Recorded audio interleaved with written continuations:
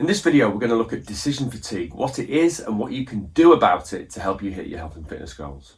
So decision fatigue is your lack of ability to make informed and non-emotional based decisions that help you hit your goals.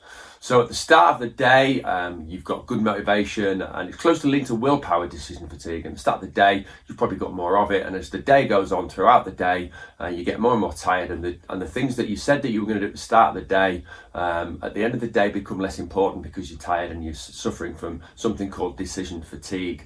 Now, there was a study done with a High Court judge and they looked at 1,100 different cases and it was all based around parole hearings for prison inmates. And you'll be surprised to hear that the single biggest factor in determining whether somebody got parole or not wasn't their sentence or wasn't how, or their crime or anything else other than the time of the day.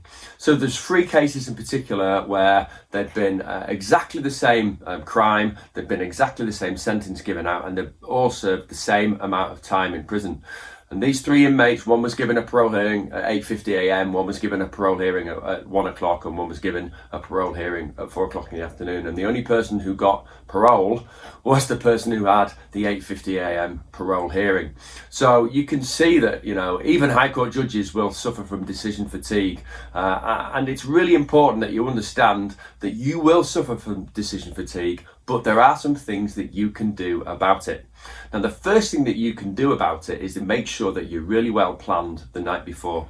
And that goes down to all the decisions that you could make on a morning that if you haven't got a plan in place will add to your decision fatigue. So when it comes to really important stuff at night and healthy eating at night and making good food choices, if you plan well in advance, you'll be more successful. So things like what you're going to wear on a morning, what you're going to cook for your breakfast, what you're going to eat at work, are you going to take your lunch to work, what are you going to take, what are you going to cook the kids for tea, when are you going to exercise, are you going to exercise, all of those things that support your health and fitness goals. When are you going to find some time to relax? What does that relaxation look like?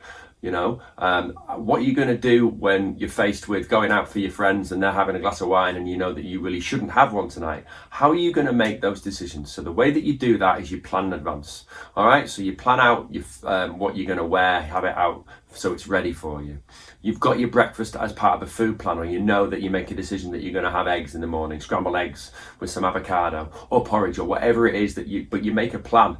You're prepared, you've got your food, and that way that all of those decisions that are really small but actually really add to your decision fatigue are all taken care of, and you've got something in place for all of those. So the important decisions that you have to make that you can't prejudge, the things that you have to do at work and things that get in the way and all the little things about running, being part of life, that they're going to add to your decision fatigue. But because you've got a plan for the rest of it, you're still going to have some ability to make good decisions at the end of the day.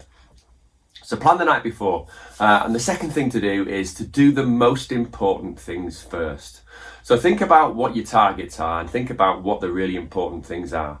If you're trying to lose weight, the really important things are committing to an exercise program and making sure that you eat well. So definitely exercise at the start of the day. Get up, earn your shower, do something, 5, 10, 15, 20 minutes, whatever time you've got, and make sure you do some exercise in the morning. And then if you're thinking about healthy food choices and you're thinking about if you're losing weight and one of your options is to cut out carbohydrates at certain times of the day, I'd definitely cut them out on the morning. So I'd be having protein breakfasts with scrambled eggs or protein shakes that don't take very much time to put into your morning, and then you can think about at night maybe you can have some of those carbohydrates, some whole grain rice or pasta, for example, at the end of the day if you think you've earned them. But at the start of the day, all right, make some good decisions and make sure that you're eating really well, eating a meal that supports your goals and making sure you exercise. So at the end of the day, once you've had a long day at work, because what will happen often is you'll say, right, okay, well, I'm going to go to the gym tonight after work. We have a long day and you get caught behind and the gym's the first thing to go. So do it first, all right? Now, the other thing that you can do is to stop making decisions and to start making commitments. So don't have a decision to go to the gym, plan it into your schedule.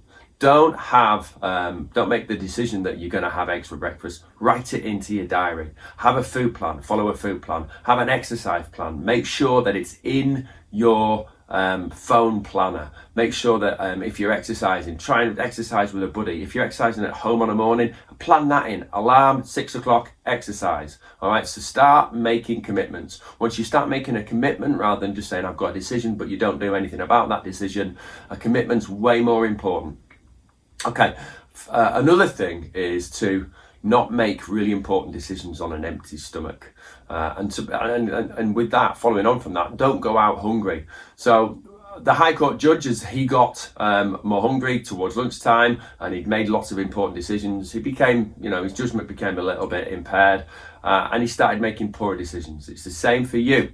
All right, if you've got important decisions to make them when you've had some food. Now, I'm not suggesting, for example, if you're going to go out on an evening, you're going to go out to eat, that you fill yourself full of food. But what I'm suggesting is you have a small snack before you go out, so you can make a good decision. So if you're going to go out and one of your decisions is that you're going all in, and this is a meal that you're going to eat some healthy food and you're not going to have any alcohol, have a small snack before you go out so you can stick to that decision when you get there. Again, eliminate the decision fatigue and be proactive with your choices.